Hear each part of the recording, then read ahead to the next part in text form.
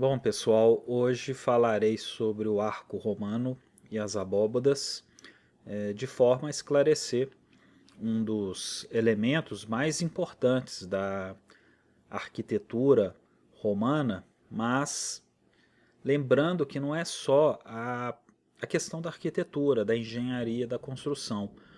O arco romano ele é fundamental para a beleza, para a estética da arquitetura como um todo, das artes como um todo, porque a própria escultura, ela, em grande parte, ela vai ser agregada aos edifícios, os frisos, as esculturas, enfim.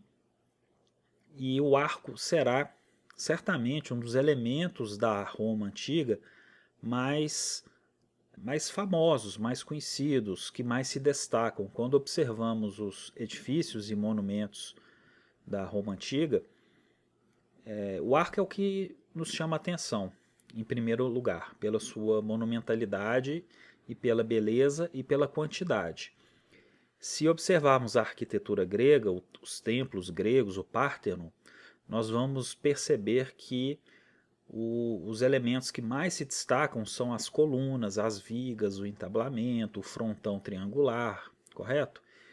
E isso também ocorre na Roma Antiga, porque na Roma Antiga esses elementos da Grécia também participam, com colunas, com entablamentos, com frontões triangulares, com algumas mudanças, algumas modificações por causa das influências etruscas, mas os romanos desenvolvem um sistema construtivo, formas mais robustas de engenharia que são conectadas com o concreto. Né? O romano ele desenvolve um concreto chamado concreto pozzolana, um concreto muito resistente, um concreto hidráulico, que ele é feito desse material vulcânico.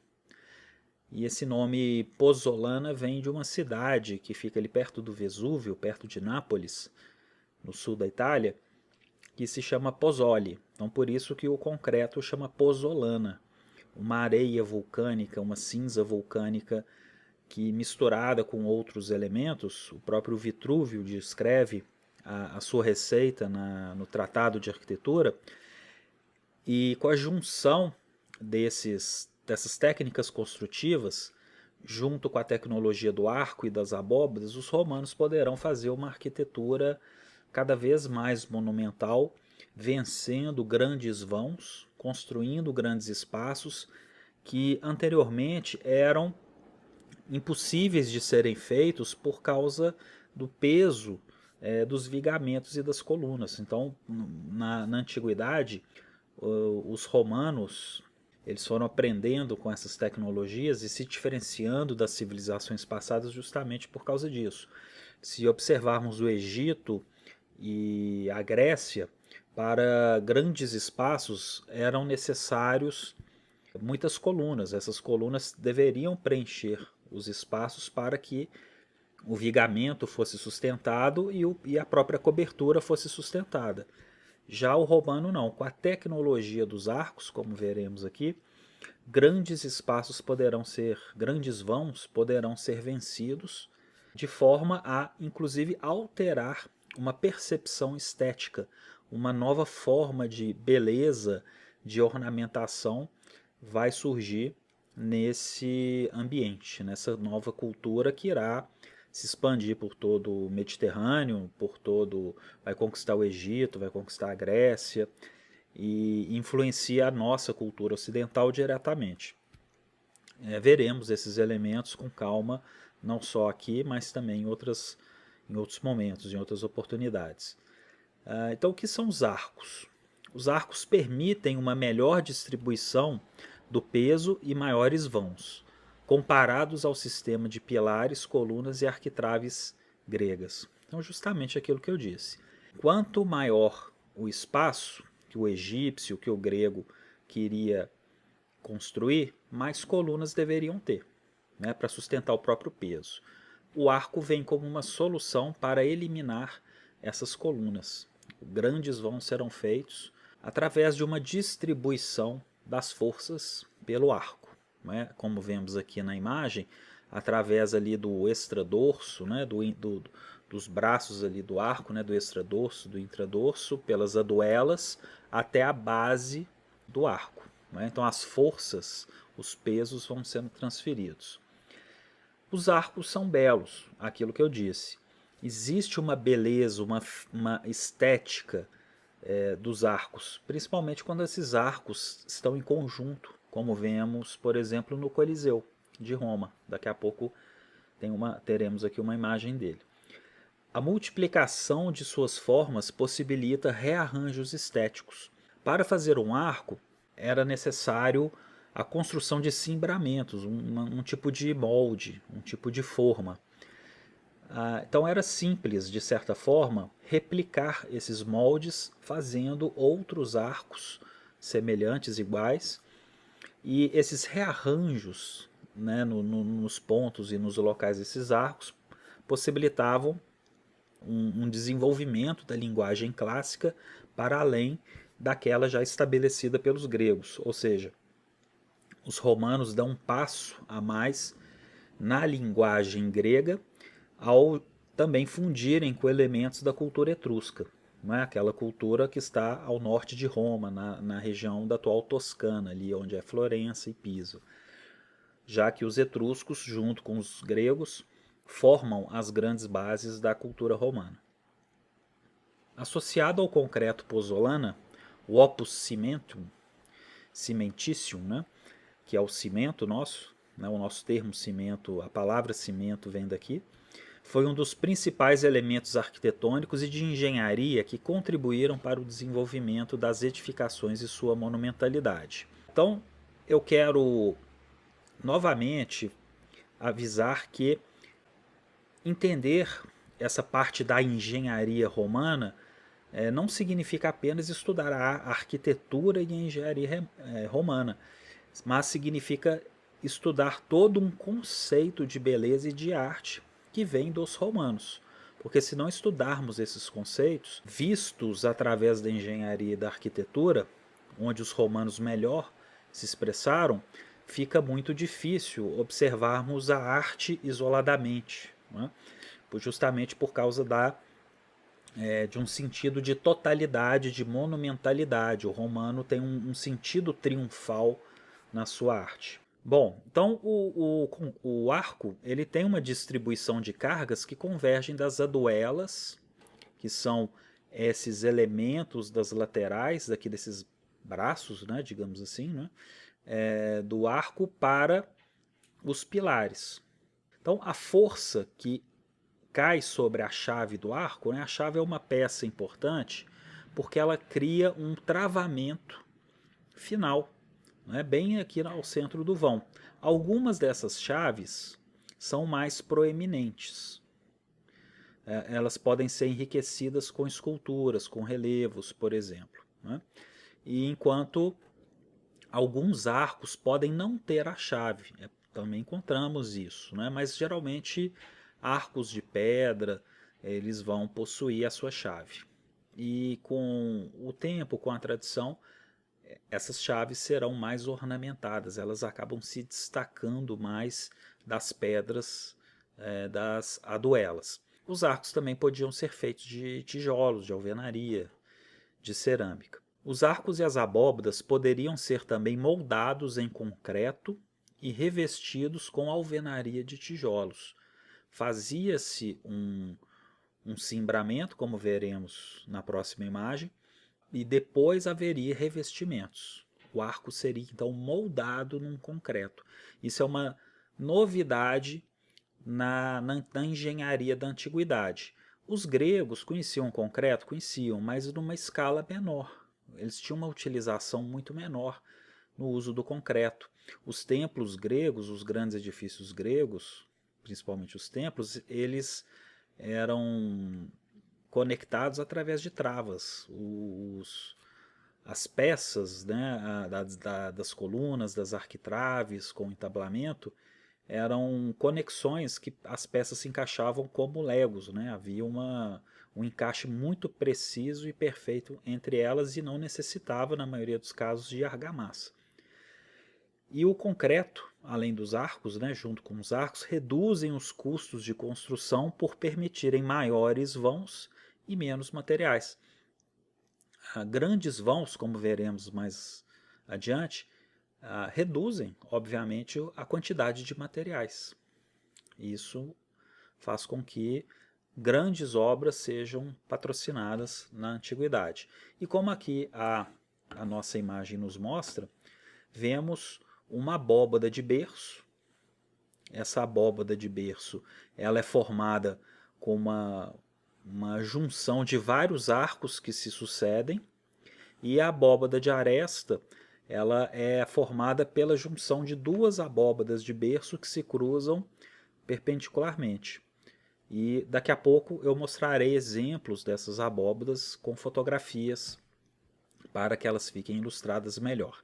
Essas abóbadas, por exemplo, elas são a base da arquitetura das catedrais da Idade Média, inclusive da arquitetura moderna, contemporânea. Nós vemos com muita facilidade a aplicação dessas formas nos dias de hoje. Não importa o material, pode ser estrutura metálica, pode ser um material acrílico, não importa. Mas a forma da estrutura ainda é utilizada, mostrando assim não só a sua beleza, mas também a sua eficiência. E o cimbramento romano, como essa ilustração nos mostra claramente, elas é que proporcionam o molde do concreto. O concreto romano, pozzolana, vale lembrar para não confundir com o concreto armado.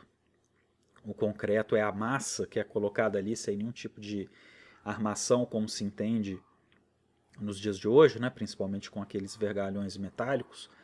Esses cimbramentos são facilmente replicados através de formas de madeira, reduzindo os custos. Ou seja, para se fazer um arco, fazia toda uma estrutura de madeira com as tábuas, com as madeiras, né? E depois eram preenchidos esses espaços com concreto, esperava o concreto secar, o concreto curar, se retirava o cimbramento de madeira e passava essa mesma estrutura para adiante. Fazia-se um novo arco ou uma nova abóbada, seguindo os mesmos padrões. Sobre a imposta, uma pequena extremidade em balanço era colocada a forma de madeira que permitia o assentamento das aduelas e da chave do arco. Onde fica a imposta?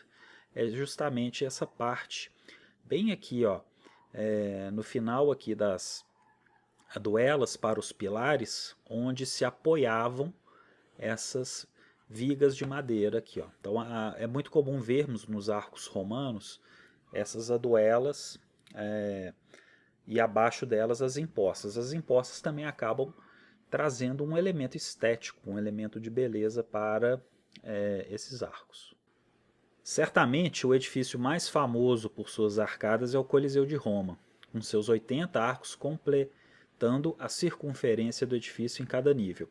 O que vemos aqui é justamente aquilo que eu disse. A beleza do arco, a estética, a magnitude da arquitetura, o tamanho, a imponência e, claro, o milagre da engenharia. Mas tudo isso possibilitado pela fusão dos arcos, do concreto pozzolana e das abóbadas.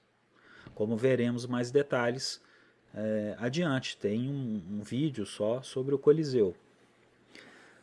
Vamos fazer aqui uma leitura dessa fachada para entendermos melhor como que essas arcadas, o arco romano, se une com toda a estética greco-romana. Por que greco-romana? Primeiro ponto de interesse nosso é entender as ordens. Lembra que os gregos definiram 3 ordens, dórico, jônico, coríntio, e os romanos desenvolvem mais 2 ordens, que é a ordem toscana e a ordem compósita. Essas ordens também têm os seus vídeos especiais. No primeiro nível, a foto não mostra muito bem, mas temos o dórico, que no caso do Coliseu, como assim vários edifícios em Roma, ela se relaciona ao toscano, porque ela não é um capitel dórico como vemos no Parthenon em Atenas, mas é um capitel toscano, mas que possui, de certa forma, a mesma associação com o dórico na Grécia. Então, o primeiro nível do Coliseu ele é dórico. Podemos perceber o entablamento, né? Sobre o entablamento nós temos a segunda arcada. Essa segunda arcada já podemos perceber aqui nesse detalhe desse capitel a ordem jônica. Então, o primeiro nível dórico ou toscano, né? O segundo nível jônico e o terceiro nível é o coríntio.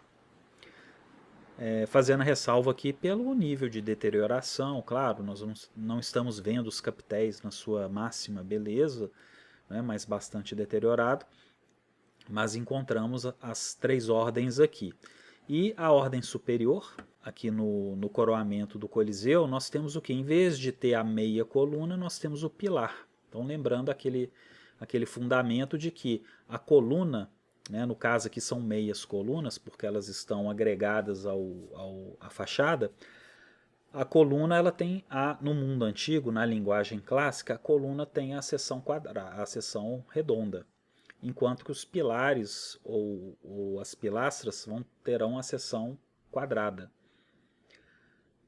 E essas colunas do Coliseu, entre os arcos, elas não possuem uma função estrutural. Elas não seguram o peso da fachada. O que segura o peso da fachada são os arcos, correto? Os arcos e as abóbadas. Isso é o que fundamenta a estrutura do Coliseu. Essas meias colunas, elas são um elemento da linguagem clássica que proporciona ritmo e beleza ao edifício. Tá?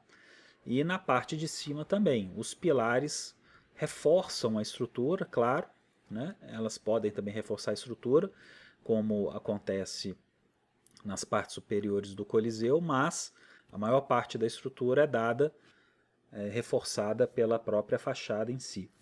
E no topo, né, temos a cornija superior, com grandes mísulas que se destacam ao longo de toda a cornija. E abaixo dessas mísulas existem esses elementos interessantes que também são uma espécie de mísulas. Uma mísula ela lembra muito uma mão francesa. E para que serviam esses elementos que se repetem por toda a fachada aqui desse ático, dessa estrutura superior aqui do Coliseu, que guardava as últimas arquibancadas. Essas mísulas, esses apoios ali que vemos ali, né, de pedra, eles serviam, como veremos no Coliseu, para que os mastros haviam como se fossem mastros de madeira para sustentar uma estrutura chamada velário. O que o velário fazia? Ele era um toldo que descia pela arquibancada do Coliseu, ou seja, quem estava nas arquibancadas do Coliseu podia desfrutar de sombra. Né? Então havia um velário que vem justamente das velas dos navios, e um corpo de escravos, de funcionários, eles ficavam por conta de recolher e abrir essas lonas que pareciam velas de navios, por isso que muitos eram marinheiros, né? Esses funcionários ou escravos eram marinheiros. E essa estrutura chama velário. Então, posteriormente, irei mostrar uma reconstituição do Coliseu com o velário. Mas em alguns filmes também é possível vermos. Tá? Mas por fim, né, vemos que o Coliseu ele é uma máxima expressão da arquitetura romana, com toda a potência dos arcos. O arco como beleza, o arco com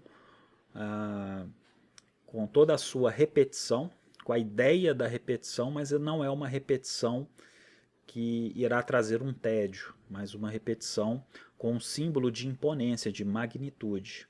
Essa é a característica romana na arquitetura, não é? Que é o triunfo, a monumentalidade. Pois bem, e a origem dos arcos? De onde que os romanos trouxeram os arcos? Como que eles começaram a construir e quando que os arcos passaram a fazer parte da arquitetura oficial, da arquitetura monumental? Bom, primeiro preciso lembrar que os arcos primitivos e semiarcos remontam ao Egito Antigo e à Mesopotâmia, como encontra-se na câmara mortuária da pirâmide do faraó Biquerinos em Gizé. Ou seja, é muito comum a gente escutar que os romanos inventaram os arcos. Não inventaram. O arco é uma coisa antiga, que vem das tradições da Suméria, da Babilônia, passa por Egito, está presente até mesmo no interior de pirâmides, correto? Mas vemos, por exemplo, o portão de Ishtar na Babilônia, que seria um dos arcos mais famosos da história da arquitetura, da arte, né? Mas é claro que o que os romanos irão fazer com o arco é uma coisa completamente inovadora. Por isso que muitas vezes nós escutamos falar que os romanos inventaram os arcos. Então não vamos confundir as coisas, tá? Os romanos eles desenvolvem o arco, levando o arco a uma potência jamais vista. O arco e a abóbada são introduzidos na Península Itálica pelos etruscos, aquele povo que está ali acima de Roma, na atual região da Toscana. E estes impulsionarão a arquitetura, a engenharia e a estética romana no futuro. O romano vai importar vários elementos dos etruscos. Vale lembrar que 3 reis de Roma, ali na monarquia romana, 3 dos 7 reis de Roma foram etruscos, segundo a tradição. E a Porta Augusta, em Perúdia, é um dos primeiros exemplos da introdução do arco em escala monumental no vocabulário das ordens clássicas. Essa gravura nos mostra a porta urbica etrusca, o Arco de Augusto, que são aquelas portas de entradas das fortificações das cidades etruscas. Algumas existem, né, no caso da Porta Augusta em Perúdia. Então, esses arcos mais antigos da Itália vêm da arquitetura etrusca, nem tanto da grega, mas principalmente da etrusca, e a linguagem do arco passa para os romanos através dos etruscos, principalmente.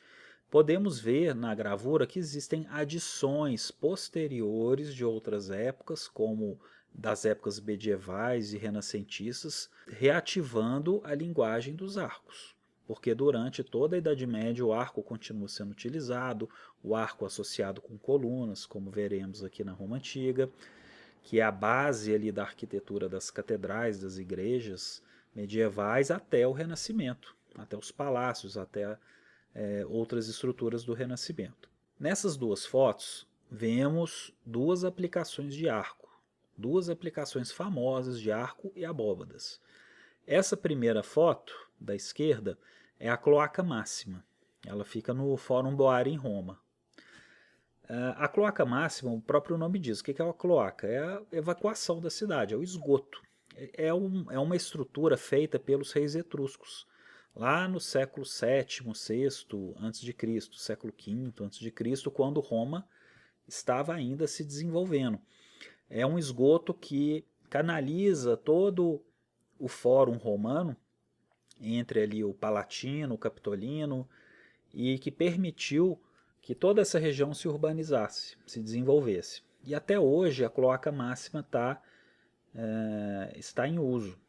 E nos livros de história do urbanismo, história do saneamento, história da cidade, né, história da arquitetura, a cloaca máxima é sempre citada como um dos primeiros, um dos mais antigos sistemas de esgoto ainda em utilização. Né? Ele não é apenas uma estrutura arqueológica, ela é também utilizada. Claro que não numa escala gigantesca, mas ela ainda passa pelo fórum Então a cloaca máxima ela é formada por arcos de pedra que foram construídos lá na sua antiguidade através de serviços até inclusive considerados bastante brutais para a época, com muito trabalho escravo. E a segunda imagem que vemos é o arco de triunfo romano do imperador Tito, né, que é o arco de Tito concluído por volta ali de 81 depois de Cristo. O arco de triunfo romano, por exemplo, é derivado das portas etruscas. Então nós temos, como a própria imagem nos mostra, um arco de triunfo se assemelha àquelas portas monumentais das cidades etruscas. A cloaca máxima, o grande esgoto com arcos e abóbadas que possibilitou a construção e drenagem do Fórum Romano, foi desenvolvida por engenheiros etruscos durante o domínio desses em Roma no período da monarquia. Então vamos observar aqui algumas características do arco. Podemos já ver que há uma abóbada de berço no seu interior. A chave do arco, como eu havia dito, está proeminente e bem ornamentada. Vemos que existem meias colunas adornando os lados, né, duas aqui de cada lado, né, frisos escultóricos, há uma, né, formando aqui o entablamento e a cornija e o ático. Né, e a inscrição tradicional que os romanos utilizavam em homenagem ao imperador. Posteriormente também teremos a aula, né? Existe o vídeo sobre o arco de Tito. Ladeando o arco sobre as aduelas, né, o espaço aqui é das aduelas, temos duas vitórias aladas, que é a Nike, né, a Nike grega, de onde vem o tênis Nike, né, a Nike. Porque as duas vitórias ladeando o arco que coroam a vitória. Né? E por que esse arco foi feito? Né? Por que o arco existe?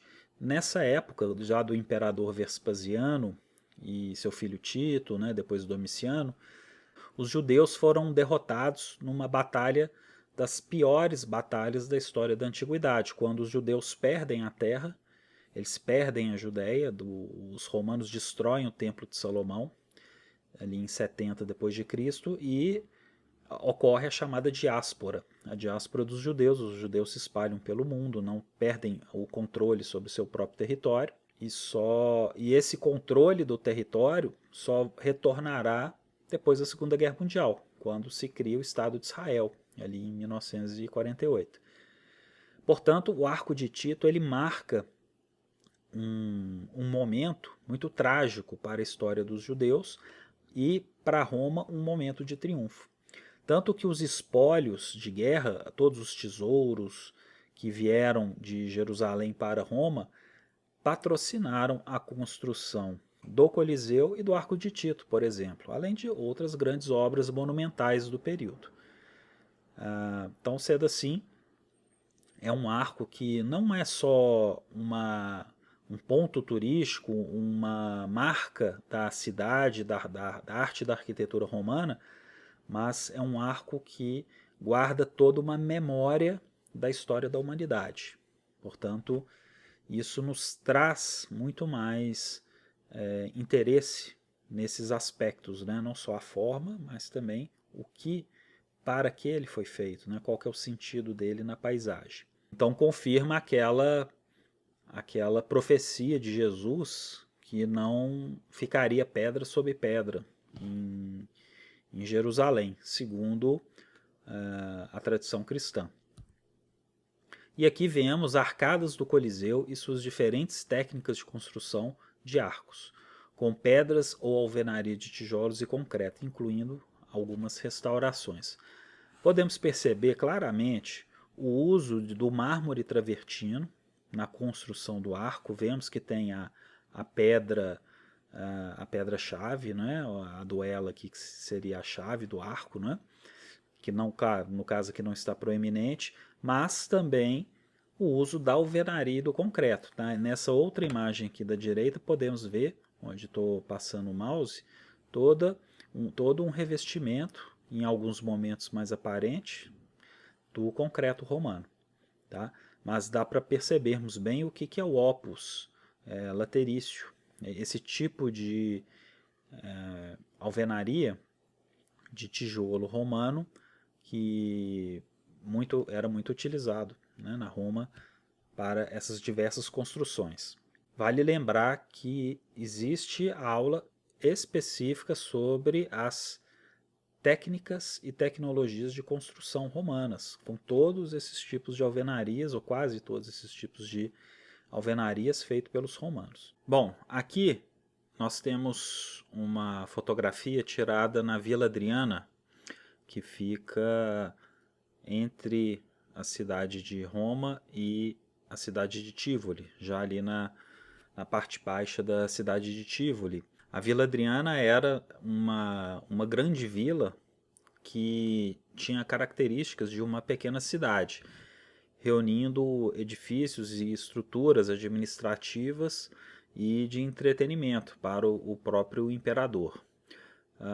E é um sítio interessante porque lá encontramos várias dessas tecnologias de construção que veremos mais adiante com o concreto, né, com o concreto romano, o concreto pozzolana, dentro da sua variedade, mas os outros diversos sistemas estruturais da Roma Antiga. No caso, o que chama atenção nessa fotografia em relação aos arcos são justamente esses arcos abatidos que vemos aqui. O que é um arco abatido? Ele não é aquele arco de volta perfeita que vimos anteriormente. Ele é um arco que se assemelha muito com os arcos coloniais que temos aqui no Brasil. E vale lembrar que a arquitetura brasileira do período colonial, um termo mais adequado para ser usado é a arquitetura luso-brasileira. E essa arquitetura luso-brasileira, ela tem muito mais abertura para o uso do arco abatido, né? Ele não é um arco que forma um semicírculo, como vimos nos arcos anteriores. Então, dessa forma, vemos aqui um arco abatido com estruturas tanto de concreto quanto de alvenaria. Já nessa imagem, retorno ao arco de Tito. Aqui no arco de Tito podemos ver claramente a abóbada de berço. Dentro da abóbada de berço, esses elementos são chamados de caixotões. Os caixotões, como veremos no Panteão, ele pode ter uma função estrutural para diminuir o peso da abóbada, que é o caso do Panteão, mas podem ser caixotões ornamentais, como vemos aqui, em geral feitos de estuque, esses caixotões ornamentais.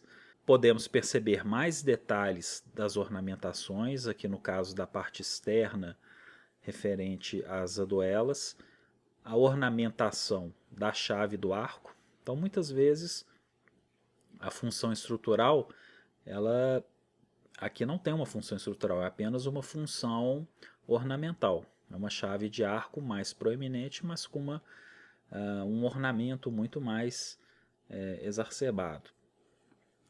Aqui são os detalhes das vitórias aladas que eu havia dito anteriormente, onde podemos ver um pouco melhor o detalhe dos corpos, que são dois frisos simétricos, dois relevos simétricos, o belíssimo conjunto aqui do entablamento, com os dentículos, com a arquitrave, a cornija e suas pequenas mísulas também por todo o comprimento da cornija, as meias colunas agregadas à estrutura, que no caso são da ordem aqui da ordem compósita. Tá? O que é a ordem compósita? É uma ordem jônica sobre uma ordem coríntia.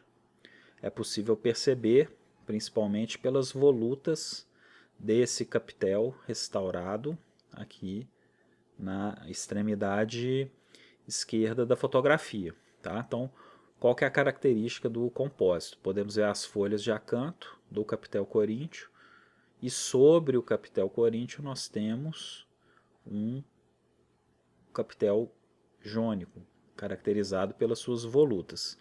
Então muitas vezes isso confunde as pessoas, porque alguns capitéis compósitos se assemelham muito aos coríntios, mas uma forma de descobrir e prestar atenção seria observar se ele tem óvulos e dardos, como por exemplo, a imagem não está muito boa para ver, mas talvez por aqui dê para reconhecer os óvulos e dardos. Óvulos e dardos são característicos do capitel jônico. Tá? E aqui também, nessa extremidade aqui direita, podemos ver que tem, onde eu estou passando o mouse, os óvulos e dardos. Então isso caracteriza o capitel compósito. Nesse caso, dessa foto aqui do arco de Tito, nós temos capitéis bem deteriorados, portanto eles perderam parte de seus elementos, mas é possível ainda reconhecer qual ordem eles pertencem. E aqui no interior, onde também eu passo o mouse, já na parte esquerda inferior, vemos a menorá, que eu havia comentado anteriormente. A menorá, um pedacinho dela. Lembrando que haverá um vídeo sobre os arcos triunfais e esses detalhes aqui serão mostrados com mais calma. Agora vemos claramente o que é uma abóbada de aresta. Vimos ali no exemplo anterior uma abóbada de berço e aqui uma abóbada de aresta em concreto romano. Podemos perceber o concreto romano moldado, observando que na antiguidade esse concreto era todo revestido, com pedras, mármores, granitos, estuques, belíssimas ornamentações. Isso com o tempo foi cedendo, foi caindo. Também durante ali a Idade Média, as pessoas iam retirando esses materiais para construir outros edifícios. Várias igrejas utilizaram colunas e ornamentações dessas termas para construir novas igrejas e basílicas. Mas temos aqui um bom exemplo de uma abóbada de aresta preservada, que nos dá aquelas informações que eu havia dito anteriormente. Uma conquista de grandes alturas e grandes vãos, sem a necessidade de colunas no interior. Né? Se formos pensar nos hipogeus egípcios, que são aquelas partes das estruturas templárias, principalmente ali do Novo Império, são estruturas com uma quantidade de colunas muito grande por metro quadrado. Enquanto que nos templos gregos também, nós temos uma quantidade de colunas que deveriam suportar o peso de todo o entablamento, de todo o telhado. Já essas estruturas de concreto, com seus pilares, com as suas paredes portantes estruturais, associadas ao arco e às abóbadas, tanto de berço quanto a abóbada de aresta aqui que vemos, né? Essa abóbada de aresta ela tem um formato de um X, ou seja, que é o cruzamento de duas abóbadas de berço na perpendicular, né? Uma transversal à outra. Elas nos apontam para essa forma que vai denominar uma série de funções para edifícios, como por exemplo os banhos romanos, que serão principalmente ali a partir do segundo século depois de Cristo até o século IV aproximadamente, um período de grandes construções, principalmente relacionados a essas grandes obras públicas que são as termas, como que, por exemplo, as termas de Diocleciano, as termas de Caracalla, as termas de Trajano, enfim, esses grandes edifícios que contribuirão imensamente com a história da arquitetura, também contribuirão para o desenvolvimento da arquitetura religiosa cristã, católica, especialmente nos séculos que virão, né, durante a Idade Média. Outro exemplo muito rico, que merece um vídeo especial, e esse vídeo será feito, é os mercados de Trajano. O que são os mercados de Trajano? Um grande shopping center, como entendemos nos dias de hoje, na Roma Antiga. Uma grande estrutura semicircular que fazia parte do grande projeto do Fórum de Trajano, com a Basílica Úpia, e todo pensado nessa repetição de arcadas, arcadas de alvenaria e concreto. E podemos ver aqui um detalhe muito interessante do que é o concreto pozzolana. Vemos aqui que esse concreto ele está aqui na sua forma bruta, porque o revestimento cedeu com os tempos, né, com os anos, com os séculos, e o que vemos aqui, claro, é uma parte restaurada, consolidada, uma parte da alvenaria, do opus testáceo, desse tipo de tijolo utilizado na Roma Antiga, que podia ser utilizado, colocado em vários sentidos, em várias direções. Também, onde eu estou aqui passando o mouse, né, mostrando aqui para vocês, percebemos nos mercados de Trajano pequenos arcobotantes. Arcobotantes veremos com mais calma os arcobotantes na Idade Média, nas catedrais góticas, que marca, inclusive é uma das marcas do estilo gótico, o uso de arcobotantes. Mas os romanos já haviam desenvolvido essa tecnologia de uma forma mais modesta, não tão proeminente como vemos no estilo gótico. E é um museu muito interessante atualmente, ele se converteu num museu, porque os mercados de Trajano, dentro do museu, e também alguns elementos externos, há uma belíssima estrutura metálica com vidro que conversa muito bem com a ruína. Então, para quem deseja estudar esse caminho do patrimônio, da restauração, dessa interface com estrutura metálica e vidro, os mercados de Trajano certamente são dos melhores edifícios, um dos melhores estudos de caso, né, para observar essas técnicas diretamente numa ruína, né, ou seja, uma ruína junto com intervenções contemporâneas, correto? Então, posteriormente, veremos com mais detalhes os mercados de Trajano e por dentro todo o seu conjunto de abóbadas e arcos. Então eu fico por aqui e até mais.